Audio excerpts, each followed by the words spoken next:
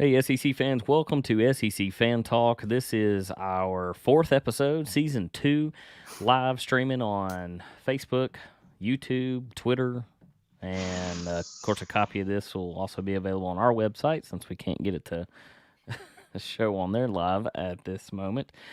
We got the boys in, the normal crew. We got Mr. Brad Rush, Mr. Tito. You guys, how are y'all doing? Doing well, sir. Happy Sunday. We're getting closer. We are One getting week. closer. We are getting closer. We're almost there. So last week, with y'all absent, I took the liberty of doing all things Tennessee. Today we're going to change that up. And this episode, which I forgot to put in that it was for, is going to be Alabama football. I just want to go ahead and let everybody else know that we did not plan on everyone wearing orange today, just letting you know. Well, there's two of these oranges are the right ones. That one up there is not necessarily the right orange. This is God's color orange right here. I've always been told God was a Tennessee fan. That's right. So, Tito, to show the fans here what kind of shirt you have on, and if you're listening to this on the podcast come Wednesday, this is one that you are kind of ticked at. What's he wearing? This is an old throwback. This is Jameis's famous Crab Shack. I don't know if you boys remember, but Jameis Winston, when he was at Florida State, got caught stealing crab legs from a Publix. And so a buddy of mine who is a season ticket holder for the Florida Gators sent me this shirt. And on the back it says, "Our crab legs are always at a 5-finger discount." So, Auburn's favorite shirt. Yeah, so I've held on to it for all these years. It only comes out for special occasions. Oh, man. Well, we do want to start off. We've had some scrimmage games, and just yesterday, I believe, was the final. They may have one more. Alabama has not suffered any major injuries. There's been a couple, and you'll hear what Nick Saban, how he says about that. It's which is good. I mean, not good, but let's tune in to what we had here from Nick Saban. Okay, guys, we're going to go ahead and get started here. Coach will have an opening statement and then use the raise your hand function. We'll get to your questions. Coach, go ahead. Yeah, well, I think the number one thing that you want to see in a scrimmage like today is, number one, you want to sort of evaluate improvement from last week to this week. I thought there was a significant amount of improvement, especially in certain players. A lot of players got a lot more opportunity today because we got some guys banged up, which is a good thing. Not that we're banged up, but that they got an opportunity, and be interesting to see how some of those guys took advantage of that. And I think number two is because we played game-like situation for a big part of the beginning of the scrimmage. Kind of get to see who can go out there and play and execute and do things when the coach is not standing behind them and telling them what to do. So that shows maturity, confidence. And it's important to have as many guys as possible on your team that can go out and do that and play what I call winning football. That means you can go out and execute, do your job, know what to do, how to do it, why it's important to do it that way. So we made progress. I think the big thing is, how do we look at this, moving forward? I think players have to understand that it's not just about what you do in the game. It's how you prepare for the game. It's how you practice every day. You've heard me say many times before, it's not just getting it right. It's doing it so many times that you can't get it wrong. Guys, don't you just love that? It's not about getting it right. It's doing it so many times that you don't get it wrong. What you gotta love Nick Saban. He just speaks it like it is, and I would love to spend a day with him to see what you could pick up from him. I mean, he's got a point. That's why they're always so good. I mean, it's just It's just repetition, repetition, repetition. So when you get into game situations, it's just muscle memory. And by doing the same drills over and over and over again, you start to alleviate a lot of mistakes that can happen on the field. True. And it was 13 years ago, guys. We're coming up on 13 years where Nick Saban come in and said Alabama is going to be relevant again. Sounds like I've heard that speech 13 years in a row. It's like he's a broken record. We stink. Oh, yeah, We're not good. We think we're not going to be good. We're not going to be good. And then they blow the doors off everybody. Well, no. I just mean where they were in their low, and they come up and said, he said, now we're gonna show them what Alabama football can get back to. Well, he wasn't wrong. Yeah. He's definitely taking a play out of the Belichick whatever press conferences. He says the same thing over and over again for 2 straight decades. Yeah, it sounds like he's got a campaign manager telling him what to say. Yeah. He's got his handlers telling him what to say. So of course, it's been easy to be an Alabama fan over the past decade. They've done very well, and I guess we won't wait. We'll go ahead and jump into their schedule real quick. And Guy, what do y'all feel about this starting off Miami? Of course, this is a 2:30 Central game, and it will be on ABC, of course, in Atlanta, where they tend to always start the season off. What do they do with Miami? Is it possible that Miami comes in and gives them a challenge?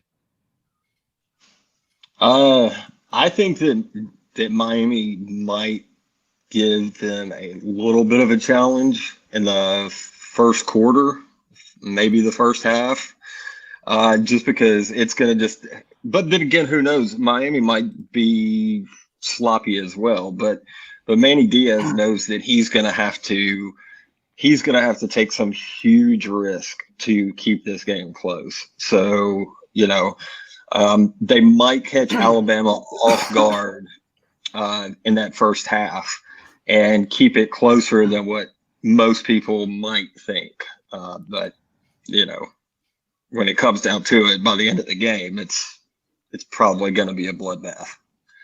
So what you're saying is we're going to see an onside kick to start the game if Miami kicks off first? Yeah. I mean, it's very possible. And if I was Manny Diaz, I probably would do that. I mean, why not? You have absolutely nothing to lose. Wholesale it. Wholesale it. Yeah, take the biggest risk you can. And, nobody is going to expect Miami to win that game. So I don't even keep it close. I mean, hopefully they do, but I don't think they will. Right. And I mean, I don't know what the point spread is right now, but yeah, like you were saying, I mean, not only that, I mean, why not onside kick it every time? I mean, go for it on fourth down, Yeah, and go for it on fourth down every time, no matter where you're at. Fake punts, fake field goals. Let me see it all. I want to see the kitchen sink of the playbook. Yeah, well, I mean, because what does it matter? I mean, if you get beat by 20 or you get beat by 50, I mean, it really doesn't matter. I mean, they go back to the ACC, right? I mean, yeah, yeah, exactly. I mean, what can you say? So, of course, he lost 10 players to the NFL. He being Nick Saban, because that's our focus this week. They lost 10 players to the draft. They are favored to win by 17 points. Via FanDuel before moving on to their first cupcake game in their home opener. It's so funny. They always open their season at in Atlanta, so I don't know why we say their home opener versus Mercer, where they're absolutely going to start their fifth string. Hey, don't count out Mercer. I mean, isn't Mercer from Tennessee somewhere or close?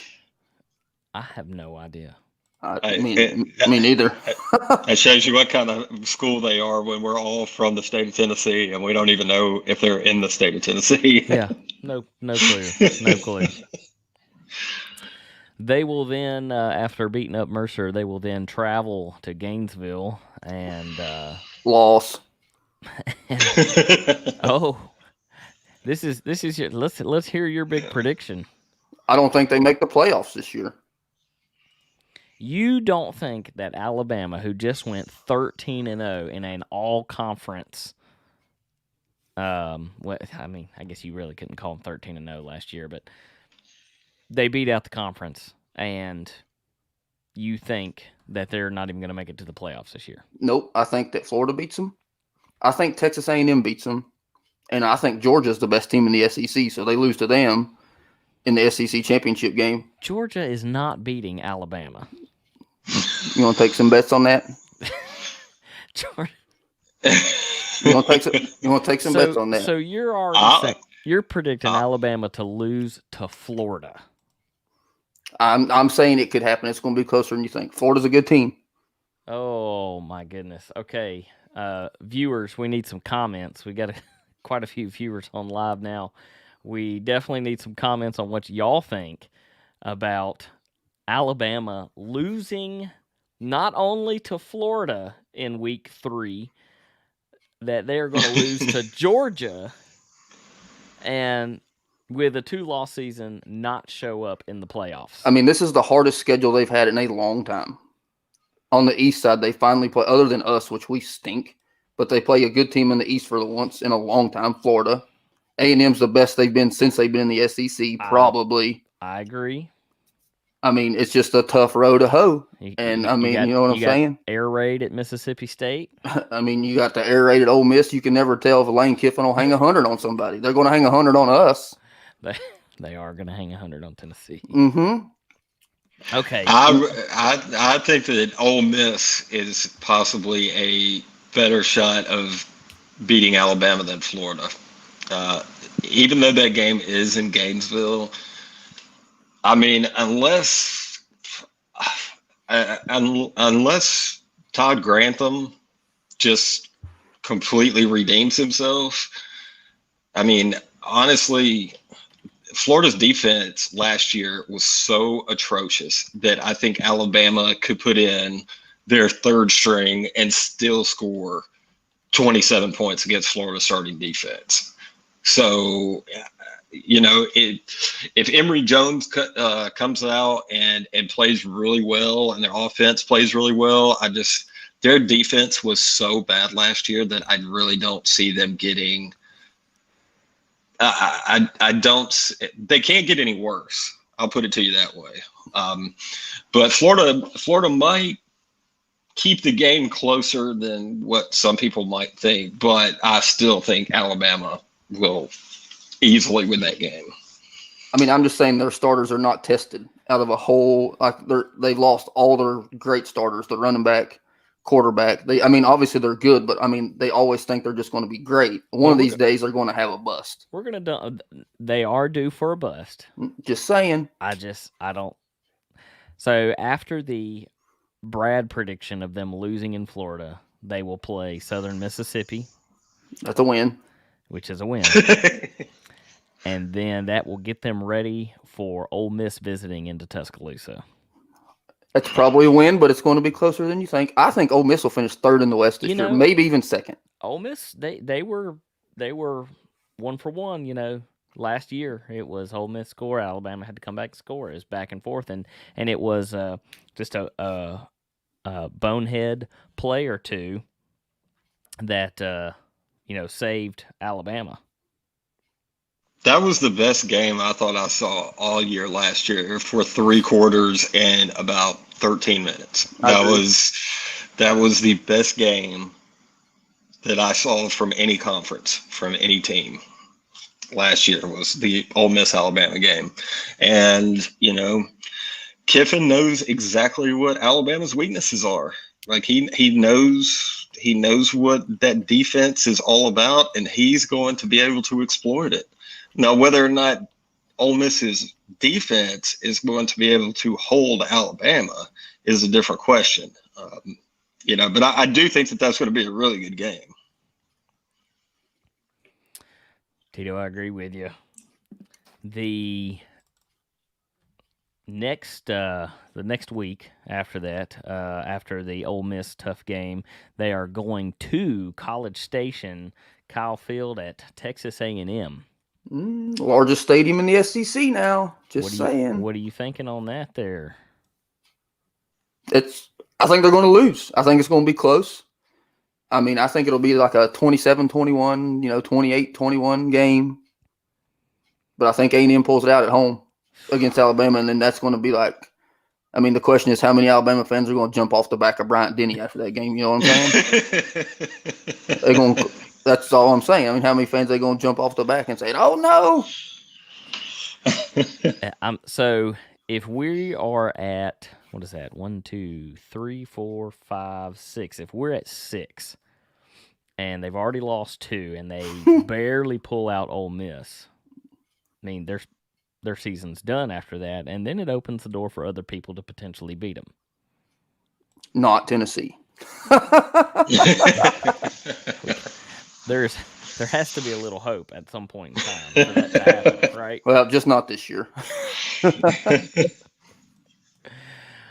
So then they travel from College Station to Starkville and play Air Raid, where they do have the number 1 defense, right? So it's going to take a very, very powerful offense to have a lot of moving pieces to get them tired. Mm-hmm. But guys, when they get tired, they still have 3rd, 4th string that are 4- and 5-star recruits on them. And I say that, you know what? I've always said that, and we'll get into their depth chart of who is expected to be a starter, even at linebacker. And that's it. Tua? Or not Tua, what's his name? Henry. Henry. To'o. Yeah, that guy. I did not expect him to be on the depth chart as a starter for this year, and he is. He is. Well, I mean, he was pretty good at Tennessee. He's just not a Tennessee man. No. Speaking of Tennessee, then, of course, they host Tennessee Volunteers October 23rd. We'll go ahead and give Alabama the win for that one. Maybe even the slaughter win. Yeah, is there like a 10-run rule? After 5. Call it in at halftime. Then they will host LSU. I think they'll blow the doors off LSU. So you're saying Alabama? I don't even think it's going to be a contest. Okay. Next one, New Mexico State. How's New Mexico doing against Alabama? They're getting their money. Yeah. Their AD's getting their money. They're getting paid to play. Then, of course, Arkansas. Is Felipe Franks still there this year? I mean, how old is he? 63 years old? Yeah, but last year didn't count. Last year did not count against eligibility, and I'm pretty sure that he's listed as the starter. Well, I mean, who else do they have that's got any better opportunity? Probably no one. No, nobody. I mean, I don't know their depth chart if I'm being honest, so let's just say it, yeah. And then they finish out the year at Auburn, November 27th. That's always a shootout. You never know what's going to happen in the Iron Bowl. You never really know. The Iron Bowl is, you never know with those guys. The big question is, since Malzahn's gone now, is your boy Bum Nick's going to be starting? I mean, probably so. Bum Nick's will be starting. Yeah. Bo picks. I think they need to move the Iron Bowl back to a neutral site. That's just me. I agree. Did they flip-flop it? Yeah, they flip-flop it. Which, I mean, I guess I understand that brings the money into the schools, but, a neutral site in Alabama like it used to be in Birmingham I always thought it was a little better. So we'll start off with the defense. Alabama's number 1 defense. You got the Byron Young out there starting, Tim Smith, Mathis, and then they'll have a couple rotator. They do have a breakthrough possible player of Monkel Goodwin. We'll see how he starts out. Outside linebackers with Will Anderson Jr. and Chris Allen. Inside linebackers, there he is, my boy Henry To'o and Christian Harris. And I'm pulling for Christian Harris. We are going to add in. Just saying. We're going to add in my buddy Nick here, who has changed his name. Last week it was Rod Remington. This week we're gonna welcome in Odie Snarls. Is that what you've labeled yourself as this week? Odie Snarls. I decided every week I join, I will have a new name. I like it. I like it. Odie Snarls. Okay, just to catch you up a little bit, this is Alabama week. As we are getting closer to the season, it's all things Alabama. 13 years of Saban saying that they were going to be a top contender. Just to catch you up here, of course, they start in Miami and rolling through. Brad predicts that they will lose against Florida, possibly Ole Miss, and possibly Texas A&M, giving them around about a two loss. What are you thinking on that one? Yeah. No, I do think that Texas A&M is getting all their ducks in a row, and I think they could be very dangerous. But other than that, they just walk, and then they go and play Jacksonville Jaguars and beat them by 30. So, no, I just think they have too much in the cabinet. I mean, their backups can destroy most of these teams. With a few exceptions. Like I said, A&M's getting hot.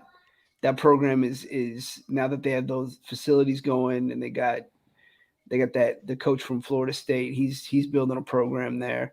LSU's always tough. Florida, I don't know. I'm just saying it could happen. I wouldn't be shocked. I agree. I agree it could happen because they got those Florida boys with all that speed, but so does Alabama, and Alabama's paying them more. So, guys, y'all wasn't around last week. Hopefully, you at least tuned into the show or listened to the podcast come Wednesday. But judging by your faces, that would be a no. No, I didn't. I'm sorry. I was on a golf trip in Pinehurst. I'm sorry. So, Odie Snarls / Rad Remington last week said that the news for the SEC is that they are going to step away and join the NFL. Well, no, not specifically the AFC. And the AFC. They're forming with the AFC in 2024 was the rumor. And Jacksonville Jaguars will never win again.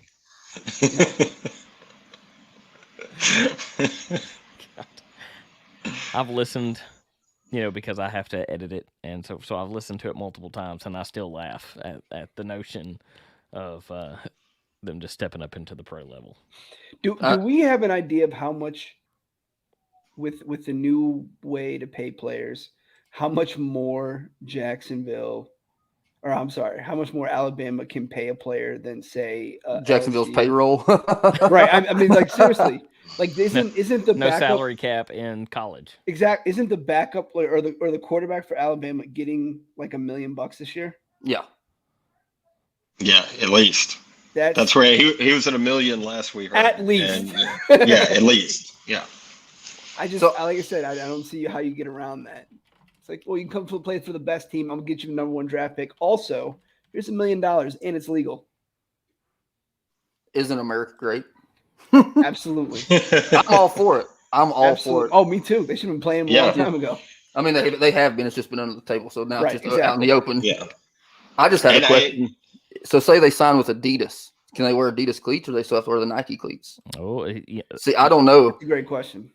I don't know. School's endorsement should come first, right? So they, the school is getting endorsed and sponsored by Nike. It's got to be the Nike cleat. I didn't know. I mean, maybe Nike pays every one of their players, $250,000 a piece or something. I don't know. I think the way it is their likeness can be used, and I don't know the. But I mean, like they can sign a deal with Gatorade or Powerade or right. Body Armor, whoever they want. I mean, it might get to the point where you actually start to see more players hold off on going pro because of their questionable draft status, and they're making more money.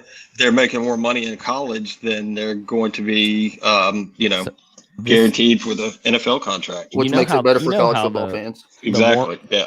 You know how the Mormons are all tight knit and they make a lot of money out in Utah. So BYU has had it down for years. You just pay them and they stay around forever. Well, their starting quarterback's 42 after he goes on his trip for 7 years every year. You know, gotta go do the Lord's work. The Lord's work. Yep. God bless him. So we've hit up the schedule. We've gone through a little bit of the defense. Let's see, the starters, inside linebackers. We are at the secondary on the corners with Josh Joby and Jalen Armour Davis. Tough name. And then the safeties is Jordan Battle, which is going to be awesome to watch, and Brian Branch. Another two fantastic names.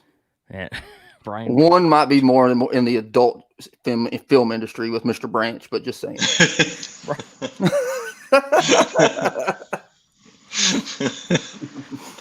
PG. It's PG. I remember it's PG. Breaking news. But it's just it's a fantastic name. You can't deny it. Brian Branch's injury entered him into the adult film world. I mean, maybe he's getting paid by Brazzers for all we know. Hey, so that's how a lot of this done is like they'll be paid by websites or to advertise, or paid by, like, I don't know, Jim Schwartz's local Ford dealership to come down and take some pictures. Meanwhile, the booster's really paying Jim Schwartz. Here's $1 million to do a car ad. And a Mustang. Not going to let any other dealership sponsor his players. That just takes away from him. That's Nick Saban's Mercedes-Benz. That's right. There you go. I'll be doing ads for down his shop down here in Nashville. Jumping over to the offense, of course, Bryce Young at QB1, Paul Tyson, and Jalen Milroe following up behind him. Running back Brian Robertson Jr., followed by Trey Sanders. Wide receiver, of course, Mechie coming back, Slade Bolden, and Jamison Williams. Who was the starter last year that got hurt like 5 seconds into the game? Shoot. Yeah, just went blank. Me too. Yep. Tight ends Jaleel Billingsley and Cameron Latu. And offensive line is Neil Cohen Owens, Ekiyor Jr., and Kendall Randolph. And we're not worrying about kickers. We'll do that when we cover the Gamecocks. The only team that cares about kickers is Virginia Tech. Beamer ball, baby. Yep. Coming from the east side of Tennessee, that's all I hear about, Virginia Tech. So, that is their depth chart. Like you said, there's of course some great names, not in the way that we meant them. And then just saying he's missing an opportunity if he's not using it already. He should be. He should be. And we'll see about their stars and about their recruiting. Tell you what, we haven't talked about their snapper. Their long snapper, Neelan Hibbert. It's the only guy on the team that doesn't have to bench like 225 at least. Neelan Hibbert. He needs to sign a contract with Snapper Lawnmowers. There you go. Long snappers. It's like, do you ever look at the long snappers on the field? It's the only ones like, yeah, I'm like the same size as that dude. Right? Because they're protected and all they got to do is snap the ball. It's the easiest way to get in the NFL. Easiest way. I love these names for their snappers. Neelan Hibbert or Carter Short. You better not be short on that snap. No. Yeah. The ground ball to second base. I heard that Neelan is quite the snapper, and the Hibbert family has a rich history of bringing out Nothing but the best long snappers. And he went there. It's generational snappers. Yeah. Doesn't his family own Hibbett Dad Sports was as well? a snapper. That's what I was just going to say. Hibbett Sports. He's got his endorsement already. Yep, he's ready to go.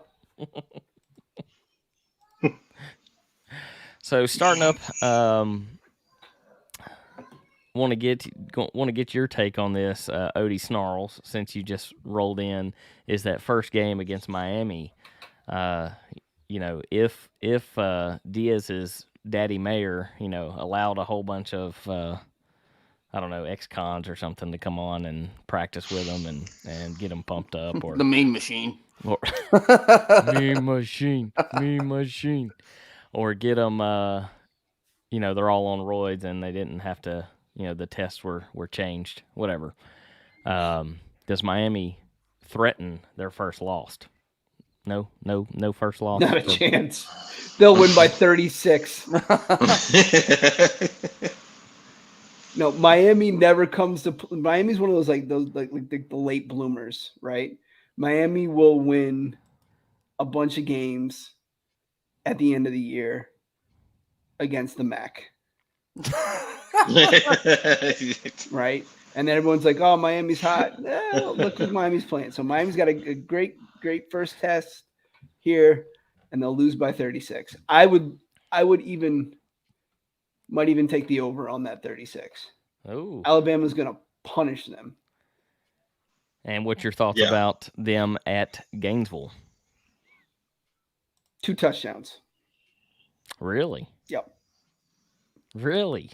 They turn it on when it comes to big games. The big SEC games. They just turn it on. It is the only time that they get jittery is usually LSU or Auburn. Iron Bowl, yeah. Other than that, they just step on people's necks. So Southern Miss. What about Ole Miss? No, you kidding me? You think Saban wants to lose to Kiffin? It was tit for tat last year. There was just a handful of plays that altered that. Nope. 2 touchdowns. Okay. And like I said, I think that Jimbo is starting to get, he's getting all the good ball players from Texas, right? So he's winning the Texas recruiting war. Mm-hmm. He's starting to really build that program. I think they're going to be a threat. I don't know if it's this year, but I do think that they will threaten Alabama at some point. They're just too darn good, though. I mean, seriously, I'd take them over Jacksonville right now. There is Jacksonville's catching a little bit of heat, I think, for letting Tebow go after his first initial block. No, he couldn't block. Yeah, I was pulling for old Timmy. Well, he's a good guy. He is a good guy. I was really pulling for him. I was hoping to get that. And he's a monster. He's the size of a Buick. He is. Yeah, he's a big dude. I think he's moving on to curling for the next Olympics. That's what he's going to go after. He does look very uncoordinated, though, so I don't know if he can stand on the ice. Gets out there and falls and becomes. I think they wear special shoes.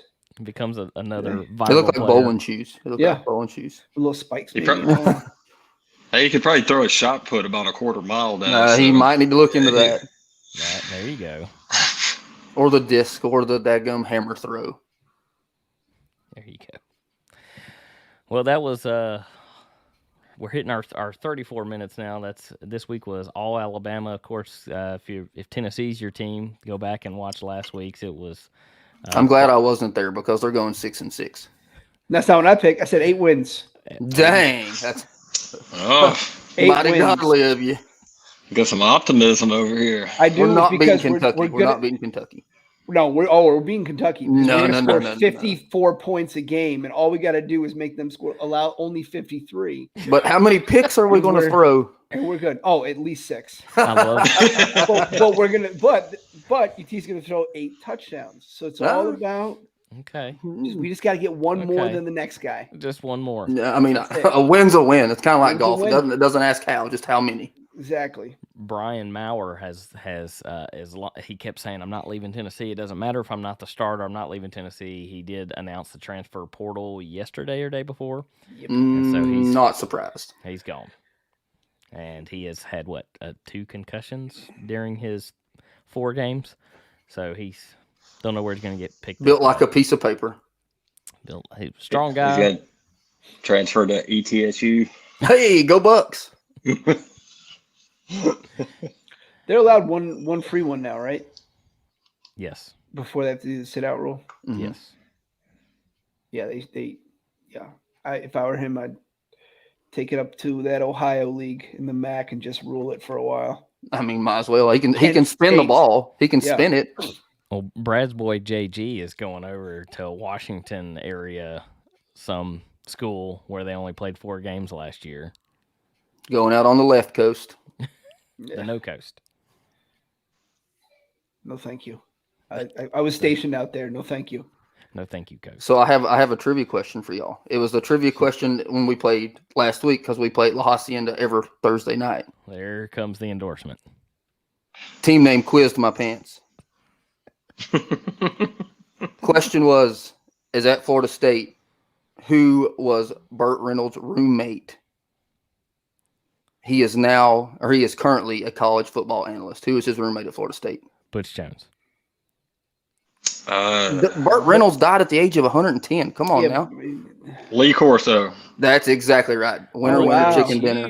We got it right too. I was trying to get the age right there. I mean, I guess Burt Reynolds aged a little better than Lee Corso. Yes, he did, and I really do hope that Mr. Corso is no longer on what is the College Game Day, because it's getting a little bit difficult to watch. It's getting very difficult to watch because he's struggling a bit, and Mr. Corso is a great man, and I hope that he just except in '98 when he called it trailer trash.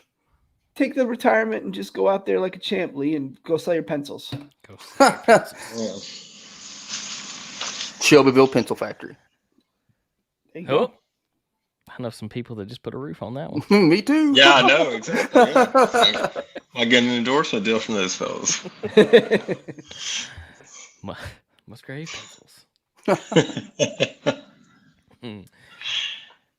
Guys, we appreciate you joining us in tonight. We want to thank everyone for tuning in, listening.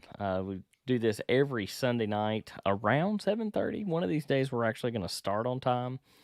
We are trying to keep it underneath that 40 minutes and going to do that. The podcast of this episode will drop out every Wednesday morning, 5 a.m. Follow us no matter where you like your social media. We are at SEC Fan Talk. Give us a follow, a shout, share, all that jazz. And thank you, and we'll see you next week.